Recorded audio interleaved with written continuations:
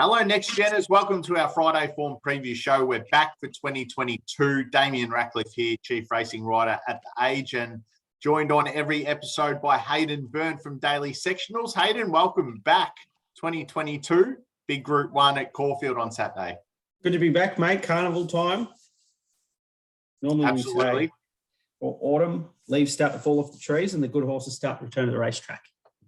Yes, some very good horses racing tomorrow in the Orr Stakes. Also, the Apollo Stakes in Sydney. Not a Group 1, but it's a quality field. A couple of other star horses running on both undercards. Before we get away, just release details of our Next Gen Golf Day. It's been a while since we've had an event. Obviously, we had our first event in February 2020. We tried to organise a ladies' day at Werribee that COVID caught us the week of the event. So this is our first event in 2 years, but pre-sale tickets have been strong. Mick Kent Jr., David Eustace among the players. It's Thursday, March 17 at Yarra Bend, 2 days before the All-Star Mile, breakfast included, 18 holes of golf. And then we'll have lunch and some guest speakers, some show bags. It's going to be a great day. $150 a head.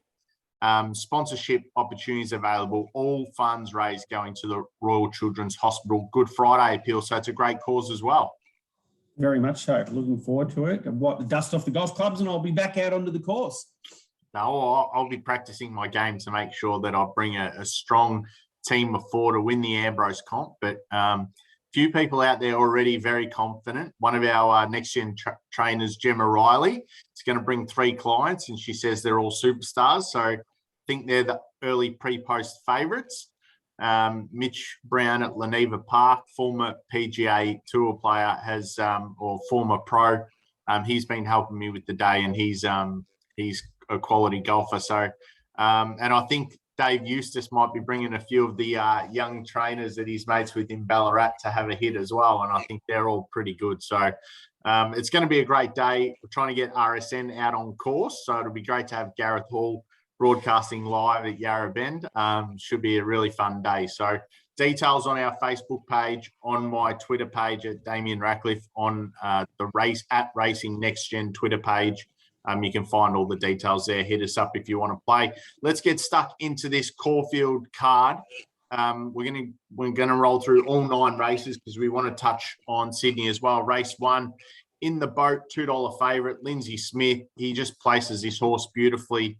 Winner of 4 in a row. Can he keep the winning streak going? I've been taken by him. He's gone to a new level this campaign. He put the writing on the wall of Warrnambool that he was a horse to be reckoned with. Best of the day performance, 1.8 lengths above IVR benchmark overall. And he's gone on with it. His previous 2 best of the day performances. He thrived at 1200 in his latest at Moonee Valley with the new PB. He's just built for speed, mate. He just runs and he keeps running, and he's a very, very difficult horse to run down. If you don't slow him down, he doesn't slow down. So he is the logical favourite, and from the front, he's the horse to beat. Unanimous, he's the one who looks like he's got some upside, but good luck beating in the boat. He's the horse to beat for mine, and he can continue on his winning way. Yeah, and he's $2.20 into $2 already. We're recording 9 a.m. Friday morning.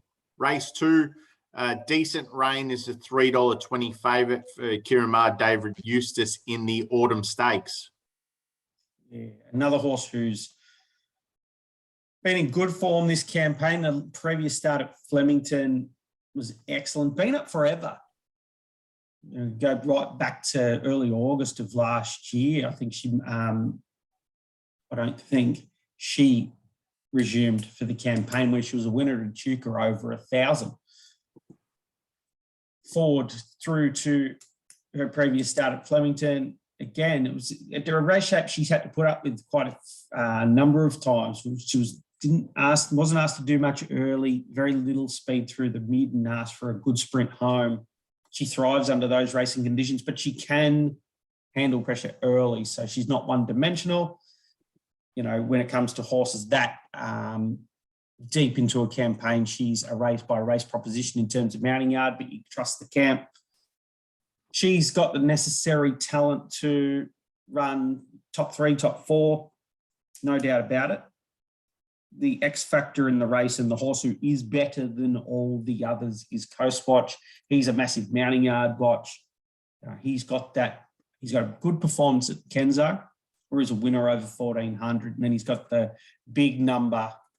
Do you question yourself, is it a spike performance or is that really him? You've got to take him on a level of trust at this stage and say, that's really him. His big performance behind In the Congo and Animo. You can look at horses behind him on the day, Artorias, Tiger Malay, Star Tons, etc. They're really real horses in front of him and they're just as real in behind. So you got to take him on a big level of trust. If he's thriving in the mounting yard, he's clearly the runner to beat. And unlike the others, he's the runner in the race who is a Group 1 horse where the others aren't. So good race. There's some upside with horses like Burning Power, Spirited Gaylord, but they're a fair way off this bloke. You've spent way too much on race 2. We've got some better races to talk about, but are you betting on Coast Watch? Possibly. Not sure. Race 3, the first of the Blue Diamond Preludes. This is for the Colts and Geldings. The Blue Diamond's only 2 weeks away. So this is traditionally the last lead-up race into the Blue Diamond. Jacquinot 270 has had one start for Mick Price and Mick Kent Jr. That stable have a real knack of getting these 2-year-olds up. And I spoke to Junior during the week, and this is certainly their number 1 seed. Count the Headlights, a debutant winner. Semyon, a debutant winner. Dormier, a debutant winner. And so's Lofty Strike. So 5 horses all having one start for one win.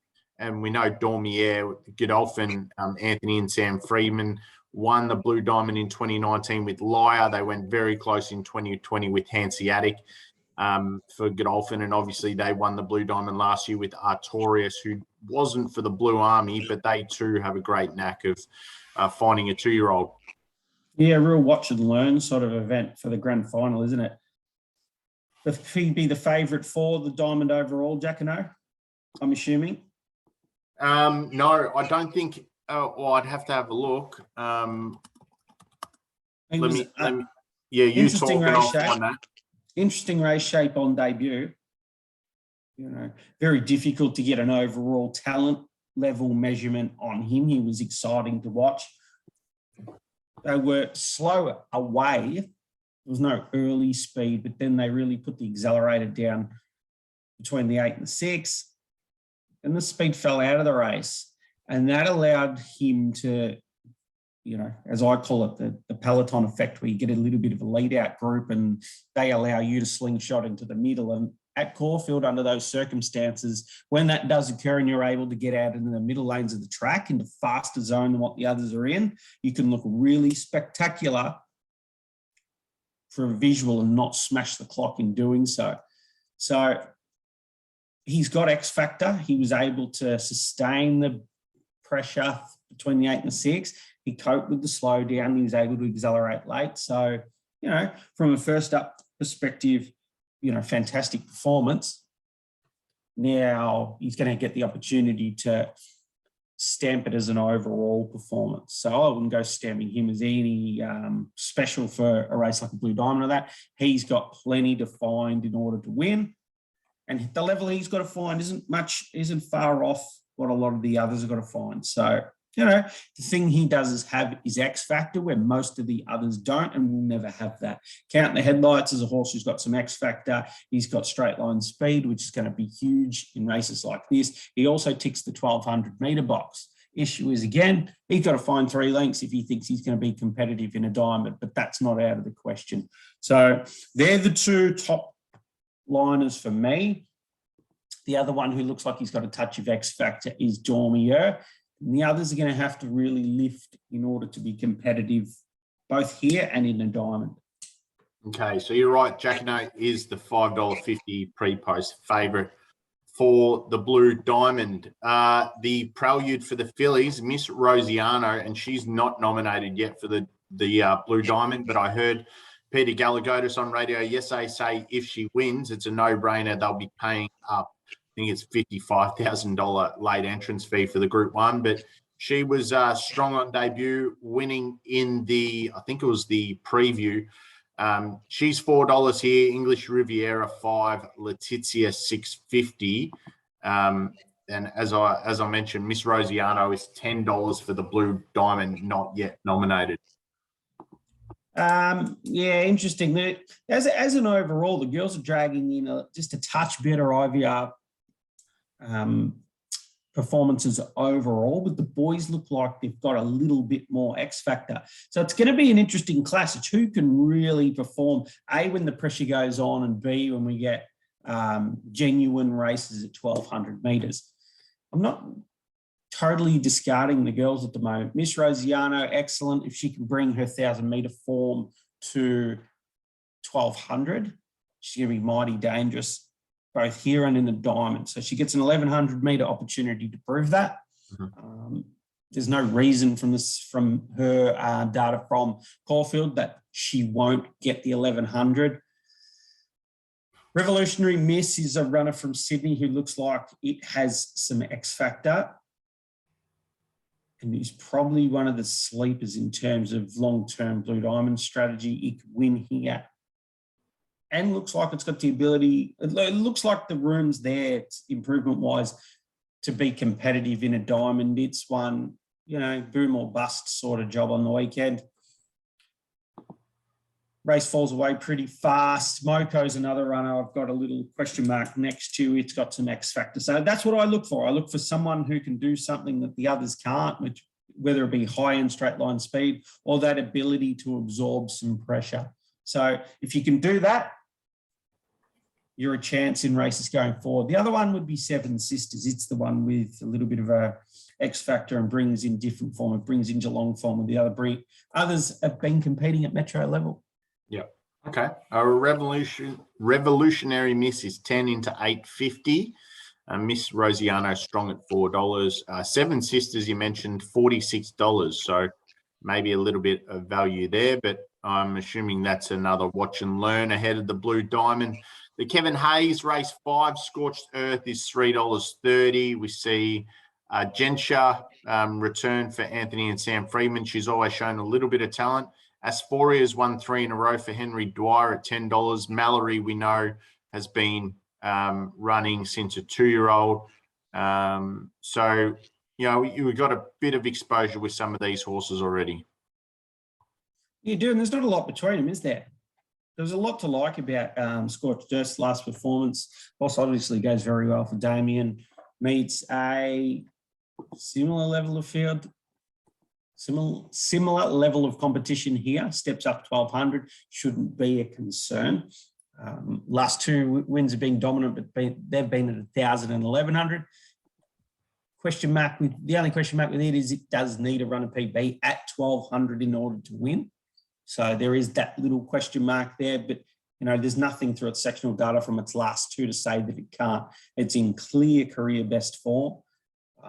You got to go right back to Moonee Valley, March 2021, when it won over 1,200, 0.9 below IVR benchmark. For it to be in anywhere near as good a form as what it is in now. So it's in rare air, it's a winner, and it continues to win. So it's going to be there somewhere. As far, I've been taken by this horse, quite smart. Really liked its last win. Think it's a horse on the rise. And for me would be, he's probably the horse to beat. Difficult draw, not favoured by the race shape. So they're the 2 little question marks there. But definitely from an each-way perspective, will be there somewhere. Jenny is an X factor. I thought she was brilliant on debut, 1,100 metres, Flemington. And then things obviously didn't go right. She's had 161-day break. She's the mounting yard job. Zara On's a positive push. She's got a bright future if she can get back to that debut, and if not, improve off it. Okay, betting? Possibly that Asphora. Yeah, okay. $10 each way with Asphora. Race 6 is the Carline Cup. We see some nice stayers resume here over the mile. Horses like Spanish Mission, who obviously placed in a Melbourne Cup.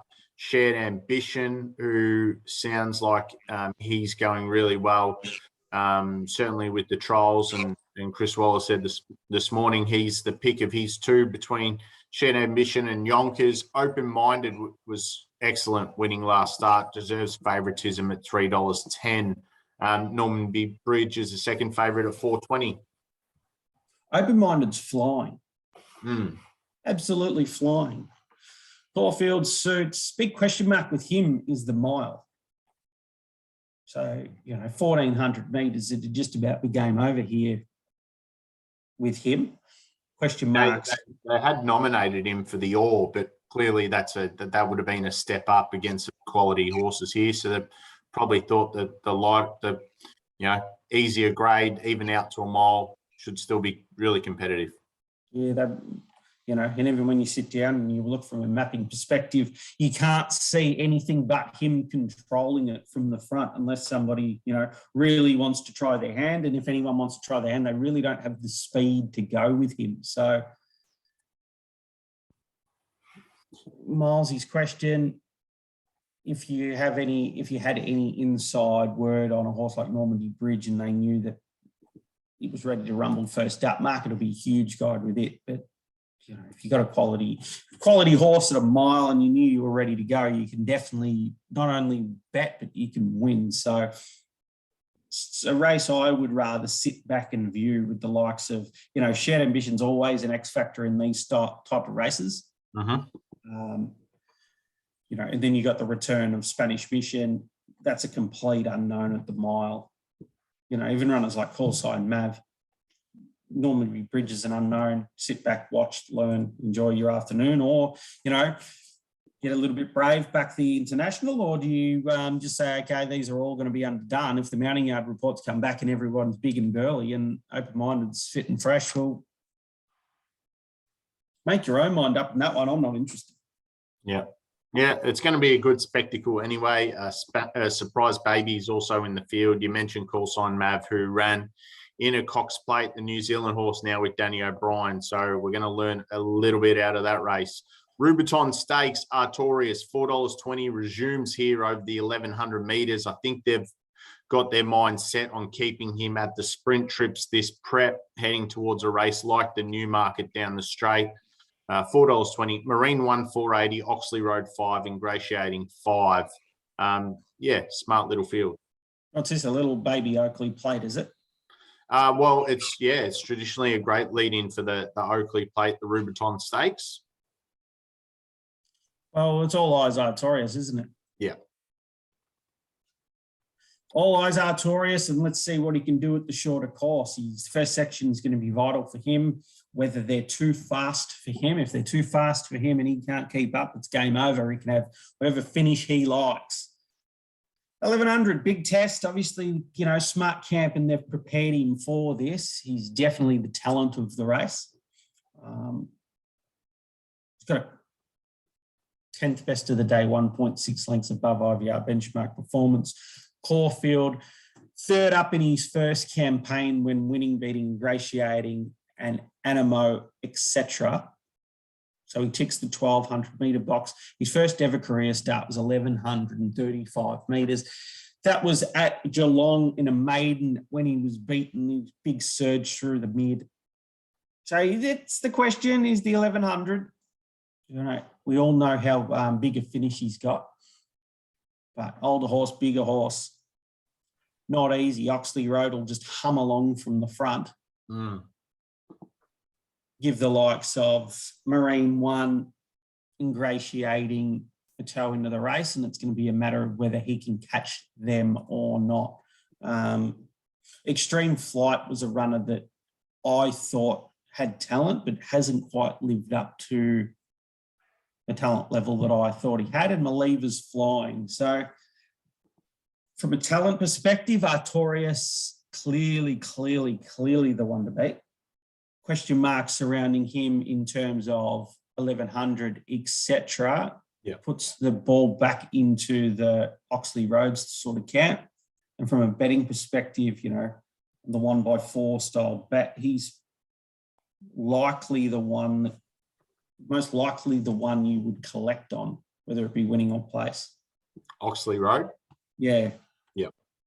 Makes sense. Let's look at race 8. It's the Group 1 CF4 Stakes. Sinawan was pretty good on return, running second to Marabi. We know how good Marabi is. So Sinawan's a $4.20 favourite here. Behemoth loves Caulfield, 1,400 metres. Second up, follows the same recipe, debuting or kicking off the prep in Adelaide over 1,200, coming here at 1,400. He's the $5.50 second favourite with Jamie Carr on board. I'm Thunderstruck, I think, is the best horse in the race, potentially the best horse in the country. But there's been a fair bit of talk. Mick Kent Jr. and Mick Price wanted to give the horse his full break and make sure he didn't cut that break short. And they've only given him the one trial leading into this. So he's going to take a fair bit of fitness out of the race. And he's obviously going to get back. That's his racing style. He's $6 at third favourite. Tafane, $7. An interesting Mike Moroney said on Tafane that when he ran her in the Memsey last spring, he gave her one too many trials and felt she might have been a little bit over the top. So they've kept her a bit fresher leading into this. Lighthouse, $8.50. If he brings his form from 2 starts back, he's certainly a player here. Lightsaber and Sierra Sue both at 12. Inspirational Girls, the X Factor at 18, but she might take a few runs to get into her prep. Cascadian at 19, probably looking for the mile Cascadian. He's only first up here. And Wild Planet, probably got a bit too far back last start. I don't think Just Folk or Secret Blaze will really have a say in this. Good race. What way are you heading? All right, well, I'm happy to dissect it. I think I'm Thunderstruck's the best horse in the race. I don't think there's any doubt about that in my mind, but I'm happy to risk first up here. I think they've got the market right. I think Behemoth will be the one hitting the front in the straight, and Sinawan will be looking to chase it down. Sinawan posted really good numbers this course and distance. It was only 2 starts back. He had 2 starts. Well, he's only had 3 Australian starts. The second up at Caulfield, 1,400 last prep, 27th of November, posted really good numbers. I thought he was solid on return behind Marabi and expect him to elevate and try and chase down Behemoth. So, look, I think the market's pretty right. Similar sort of concept to you with Oxley Road. I think Behemoth's probably the one you could do the 1x4 and expect that his racing pattern's going to see him finishing top 3. I don't think you're far off the mark there. All Eyes Mounting Yard, I'm Thunderstruck. Realistically, he's 105 days in between runs. It's not a long break. From the day you stepped out to the day you step back in, he's 105 days from winning the Golden Easter Egg up in Sydney. It's not an excessive break. He's not going to get too burly and too big over warmer weather. He went to a new level. He stamped himself as a genuine Cox Plate style runner, high-class miler. Impossible to fault if he's going question mark here in terms of race shape, barrier, etc. They're not going to hurt him. They'll drop out. They won't be aggressive and charge forward. You would think you would be of the opinion that they're going to drop out and let him just come with one run, which means he's going to have to run past everyone in order to win, which you can get a level on and say, okay, you got the expectations that Behemoth, Sinawan, Tafane, Lighthouse and Co are going to put up a performance in that 2 to 3 lengths above IVR benchmark range. Can you run past it? Not 100% sure with that. Whether I don't know whether he could produce a 4 first up from the back. Be a big effort. So I put aside the commentary around, the noise. It's difficult off the expectation. If he was going to tear forward and take a spot, game over, he'll just beat them. That different look at things. I would, my money would be in the Sinawan camp. I find it hard to see how I'd miss the top 3 with a horse like him. Tafane, full reset. back ready to rumble. Box ticker in a race of this nature, as is Cascadian, who's a little bit forgotten about. He gets right race shape, right draw, Damien on board. Lightsaber's another one. He's going to make his own luck. They'll tear forward here. He'll take a position from on pace. And he does have the ability to do this. He's extremely forgotten. Market doesn't want to know him. So he's the X factor for mine. So I'm Sinawan. Big danger is Lightsaber. And then I can discuss I'm Thunderstruck and Tefane. I'm Thunderstruck wins here. He's a wrecking ball this campaign. Yeah, well, agree with that. There's certainly mapped out a prep where he goes Futurity next. All-Star Mole is the target, which is natural. Flemington, a Mole is going to suit him down to a T, and then probably onto a Doncaster. Lighthouse was excellent. 2 starts back. Do you think he's just a Flemington horse? No, he's definitely a straight line speed horse. Yeah. Which box ticker Caulfield. You know, I don't question horses who go at one and don't go at the other, etc. They're primarily, you know, race shape and talent level is their question marks. Under all circumstances, you know, a horse who's capable of handling a big squeeze, you know, big acceleration, high sectional data, etc. There's not a lot of difference between the Flemington and the Caulfield runs in terms of mid-race surge, late straight line speed, etc. That's just its level. You know, if they want to go into the 3s or 4s here, that's not a horse that I want to be with. I don't think the last start performance was disappointing. It was definitely beaten by, you know, a talented in-form horse. But I think we got to the level a little bit quicker than what we thought. Now, it's going to have to go through its own level because I think we hit the peak. Definitely, I think we hit the peak for the campaign in terms of overall talent level. Is there anything left with her? Not sure. But in terms of talent, I think that's we're starting to see ceiling for the campaign. All right. And you didn't have Behemoth in your numbers. How did he return in Adelaide compared to previous preps? Oh, his return was solid. He was a half length above IVR benchmark, but it was about a length and a bit down on previous returns over the short course at Morphettville. You know, his late acceleration was excellent. You know, it's a strong, sustained 600-metre finish. Start to take big boy Behemoth on what he's done over previous campaigns. And again, I got him in the Lighthouse bin where he might go 2.5. If that's good enough to win, they're going to be in the race. But I'm of the opinion that maybe, just maybe, you might have to eclipse 3 to win. Okay. And in doing so, it's going to ask a couple of these to go to places they haven't been for a while, or I'm wrong. Happy to be wrong. Yep. And Sinawan put up, I think, 2.8, 2 starts back this course and distance, and it sounds like you think that's not a ceiling on this horse. No, I think he can go better than that. I was taken by its return at Moonee Valley. I thought it looked like a horse who was in excellent order. It looped the field and beat most of them, and the only one it couldn't catch was a Rocket. Yep. All right, that sums it up, I think. Let's quickly look at race 9, the Balmain Stakes. We know Jamie Richards, very smart, doesn't put Probabile in the big Group 1 1400 first up. He finds the 1200-metre mares race as the undercard, and it's worked a treat in the past. And Brett Preble reunites $1.90 favourite against the likes of Marbusha, Flying Mascot, Rainbill, and the stablemate Karma Lass. Does she continue on her winning ways first up here? Yeah, she does.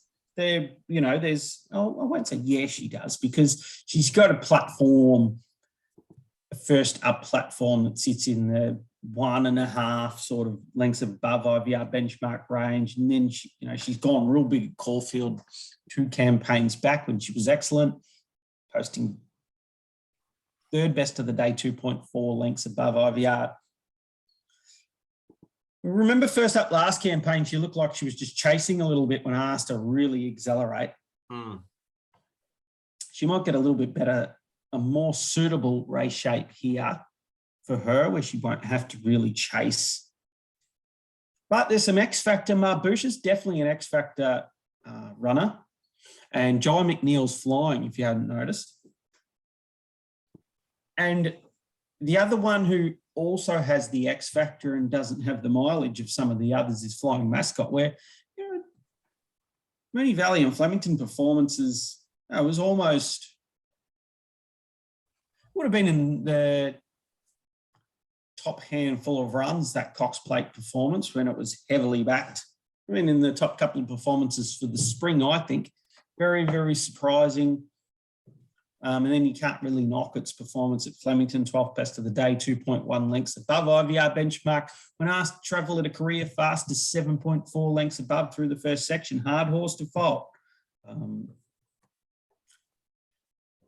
a good horse. Good horses tick the boxes in terms of can sustain speed early, can reach high level speed early, can produce bursts of speed through the mid and or straight line speed late. So that horse has some X factor and is going places. My expectation is a probable tick from the parade, return and win. But the other two, Marbusha and Flying Mascot, it would not surprise me if one of the two knocked her off. Okay.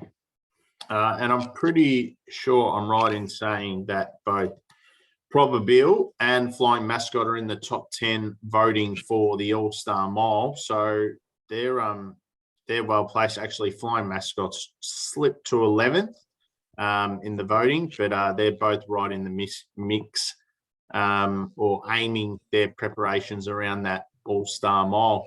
Let's look at Randwick now. Race 6 we're going to start with. It's a soft 5. There's a bit of rain around today and tomorrow, so that could downgrade. How do you think the track's going to play as we look at race 6? Lost and Running's a $3.70 favourite from King of Sparta, who got us out of trouble a couple of weeks ago. Overpass was a nice winner last start, beating Animo, $5, and Law of Indices is $6.50, last seen in the Golden Eagle behind I'm Thunderstruck. The question mark certainly surrounds the weather. With rain around in Sydney, you know, if the rain doesn't fall, that track will quickly improve into the good range. So if we're taking it off, the rain doesn't come, we've got to expect both scenarios. First race we're looking at was race 6, yeah? That's it. King of Sparta was a serious performance in the Gold Coast. And he looks like he's a horse with genuine upside who can contest better races than that. I was taken by him. I thought he was excellent. Dry track, vital for him. Absolutely vital. So he's one of the runners that, for him to come out and prove and run to his best, he needs dry ground. So put him on the watch list. His performance at the Gold Coast, 7th best of the day, 2.3 lengths above IVR benchmark. He has several performances on his resume on wet ground, and his wet track indicator is nothing to be excited about. So big knock under that scenario. Lost and Running is a little bit of a machine, as we all know, and he will get through wet ground, no problem at all. So tick from the parade, he will be in the finish, no doubt about it. Quantico is the other one in the race. Her performance at Flemington was explosive, and she looked like... Quantico scratched here, mate. We can forget about Quantico then. I've got Quantico on my little sheet in front of me. It's wet, not overly interested in the rest. And Lost in Running would be clearly the horse to beat on wet ground. Okay, and it looks like John O'Shea's really found the trick to Lost and Running. Had him perfect for the Everest and ran a brilliant 4th, and then ran 2nd to Eduardo and then won at Newcastle. So Yeah, certainly John O'Shea's figured out the trick to him.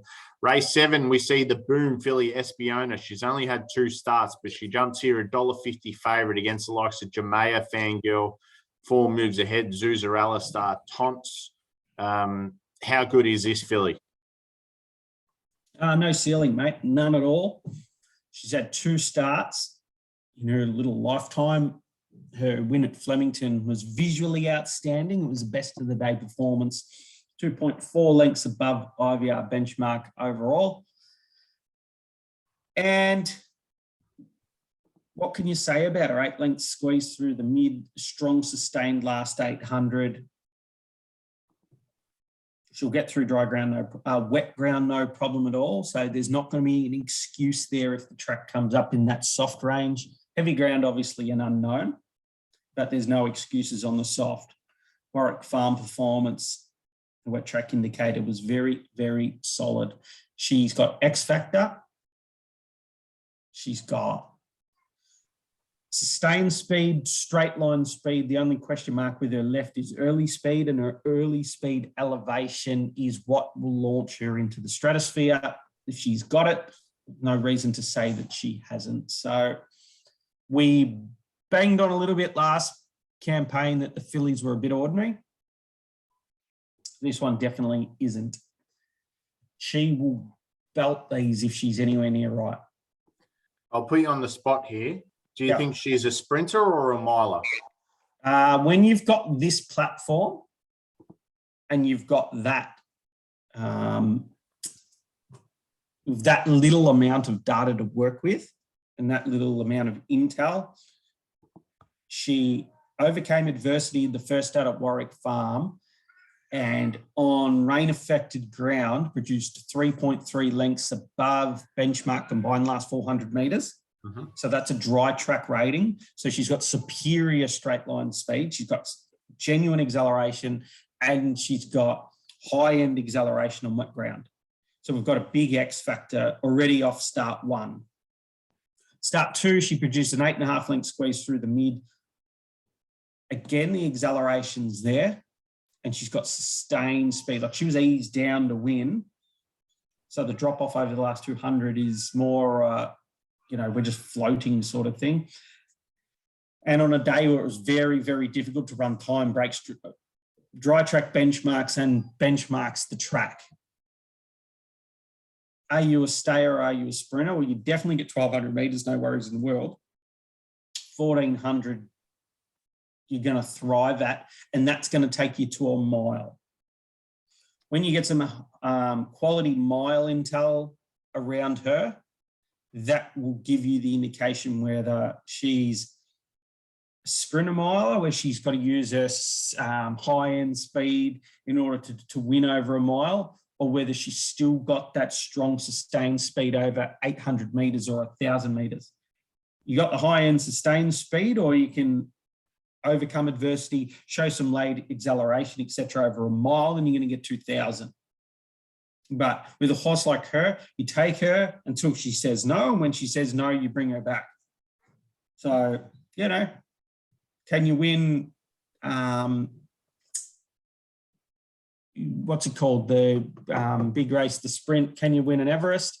Or can you win an All-Star Mile? Can you win a Cox Plate? Well, the one you're most likely to win at the moment is an All-Star Mile. And you're going to have to outperform what you've done already drastically. You're going to have to find 4 lengths to win an Everest on the low. At 1,200 metres, you're going to have to find a lot to win an Everest. And you're going to have to find something that most horses can't to win a Cox Plate. So just let her go. Just let her be her. And until the bubble pops, you just follow her along. Yeah, it's going to be fascinating. She'll pretty much definitely run in the Surround Stakes 1,400 metres next start. I think she's already $1.65 favourite there.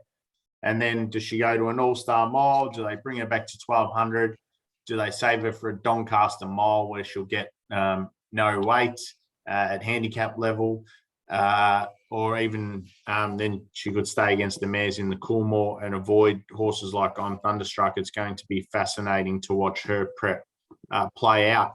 Let's look at the Apollo Stakes, because this is a quality race. It's not a Group 1, but we see the Melbourne Cup winner, Very Elegant, return. Think It Over is a $3.90 favourite from Very Elegant. Fair bit of money for Colette, 9 into 6. Riadini is 8. Maximal, 10. We've only seen Maximal once in Australia. He ran 6th to I'm Thunderstruck in the Golden Eagle. I'm Superman is 11. Ice Bar 13. Then we go down to horses like Hungry Heart, Colding, She's Ideal. How do you see this race panning out? It's an interesting one. Track obviously going to be vital. You know, track conditions will sort out half of them. What to do? You get very taken by your Very Elegance and Colette's and Co. And is there a forgotten horse here? Is Riadini the safe one? First up? Yeah. On the soft as well? Yep. Interesting. Is Riadini the horse who just jumps and runs and, you know, whether one of the big ones come back good enough to run him down? He went to new levels last campaign. He was in the, you know, or not new levels because he had the previous 4.7 to his name at Randwick going back. But his 2 performances at a mile, where he was that 2.8 and 3 lengths above IVR benchmark, yeah, he was in rare air. And then he had the feet problems and the hoof filler and whatnot went on, and, you know, he couldn't go back to that level. He's got short course IVR numbers. He's got strong mile numbers. His trial was sharp. He's either one who might just be ready to explode and expose him first up. He was a forgotten horse for mine. So that trial's pretty good.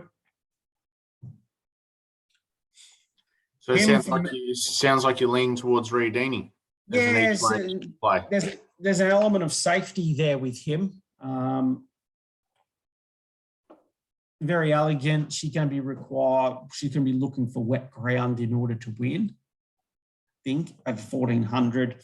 First up would be a big effort to win a cup and then to come back and win first up 1400 metres off the shorter break.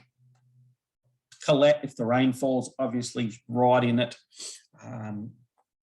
Maximal, dangerous runner. Big watch on Maximal. 1 run at Rosehill was excellent. And the other one is Think It Over, who, you know, have a look at Think It Over's IVR profile. Yeah, consistent. He is just rock solid, and he has been for the best part of 12 months. So you never, ever, ever, you know, you can back him and just expect to collect from a top 3 perspective. But for me, I've got the little X factor. I'm going to put Riadini on top for mine, with the expectation of running a place. It's going to be the horse to catch, not necessarily the horse to beat, but the horse to catch. So it'll be on top for mine from Maximal and Think It Over. Okay. I really settled on Colette. I think the rain will come and it will get in the soft range. And I think Colette, after she got over her issues last prep, midway through last prep in the spring, showed what she was capable of. She, ran serious time in the Empire Rose, beating Mystic Journey and Hungry Heart, which was sensational. And then, 7-day back up to the McKinnon, Zaki blew them away. But I think, and she won this race last year, posting a strong number, beating similar horses. I think it was only an 8-horse field that time last year. So this is a bit of a stronger race. But I think Colette, and we know with mares, continue to improve as they get older. And I think we might see even better sort of form from Colette this preparation. So I'm going to be with Colette. The money's already snapped up the $9 into $6, and I think they're probably predicting that the rain's going to come, and we know she loves it wet. So I'll be with Colette in the Apollo Stakes. Last race we look at is the Triscay Snap Dancer, $3.50. It's me. We haven't seen since she won the Kosciuszko in October 2020. They're the two favourites here from Promise of Success, who was a nice winner at Randwick for John O'Shea back in October. Juice, Mirror Vision, Wonderbar, Evangelic, there's more profits, those sort of mares that we generally see in these sort of races also competing. Good race. Very good race. What to do? It's me. Well, if there's a horse you would like to see return to the races in good order, it's this one. Yeah. This is a star that we just unfortunately don't have at the moment. And it's great to have her back. She, when you talk about straight line speed and top end speed, acceleration, etc., she's got freaky sort of abilities. Performance at Randwick over 1,000. When you're home combined, plus 7.7 lengths above benchmark, last 400 at a track like Randwick over 1,000 metres. You've got serious talent. And then she took that to 1,200 and won the Mount Buller. Good horse. 483 days in between runs. It goes around without me. That's 100% sure. I've got no interest in backing horses off breaks like that. Snap Dancer's the obvious jump lead. Try and catch me if you can. I've got the talent to win and has J-Mac on board. Promise of Success has big X factor. Big X factor. Been asked for very, very little. Last three starts have all primarily been trial style performances, jumped to nothing. Asked to accelerate 10 lengths through the mid and see how fast you are home at high end, top end speed. 14th best of the day, 1.1 lengths above IVR benchmark performance from its latest, and ticks the box from a wet track perspective. So dangerous runner, big X factor sort of one, that one. So Snap Dancer, the horse to catch from it. And the forgotten one here, probably a forgotten horse in general, would be Evangelic, who, Angelic's going to win a really good race one day. It's always there. And its higher end IVR numbers say it's a horse of better than average ability. And instead of just filling podium places with an IVR profile like that, if you step down to the grade below, you're going to be quite dominant. So that's a horse that you can keep in mind that if they avoid the A and go for the B or the C, it's the style of runner when it drops back, it's going to win and we'll string a few together. So, at 20-1, you want to be watching that one. Good race. Okay, sums it up. We'll post our better bets or some of our thoughts on the Facebook page on Saturday morning. Just a reminder, our golf day, Thursday, March 17, going to be a great day. Contact me for more information. Mate, enjoy your weekend. I will do. You too. Catch you, mate. I'll speak to you soon. Bye for now. Thanks, Next Geners.